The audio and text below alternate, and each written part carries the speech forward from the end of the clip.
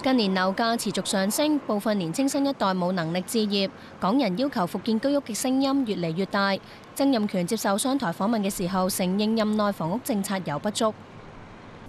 我哋有啲嘢失誤嘅，老實講係有失誤嘅，特別咧就係喺一個房地產泡沫爆破之後，我哋咧就停止做一連串嘅嘢嘅，包括咧就係生產新嘅土地。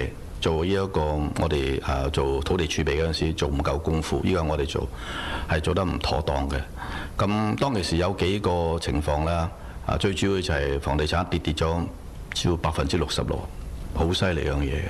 咁負資產好多，咁有個反應呢，當其時係可能我哋反應係整個市場、政府啊同埋商界反應都過劇都未定，唔會諗得到呢就咁快脆，我哋復甦得咁快脆。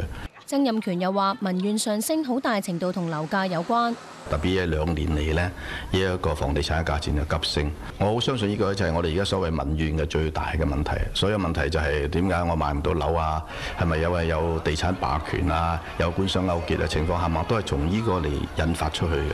曾蔭權又強調，房屋問題並唔係一朝一夕可以解決嘅事，又話任何公共房屋要7至8年先至可以落成，政府要仔細考慮。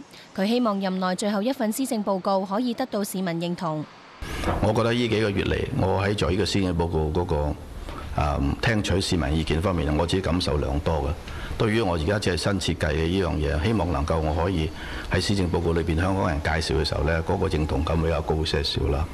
但係唔係話呢件事講個個人認同嘅喎，因為個個人嘅出發點係唔同，佢嘅目標係好唔同嘅。但係普遍嚟講，我好相信能夠回應咗市民嘅訴求啦。曾蔭權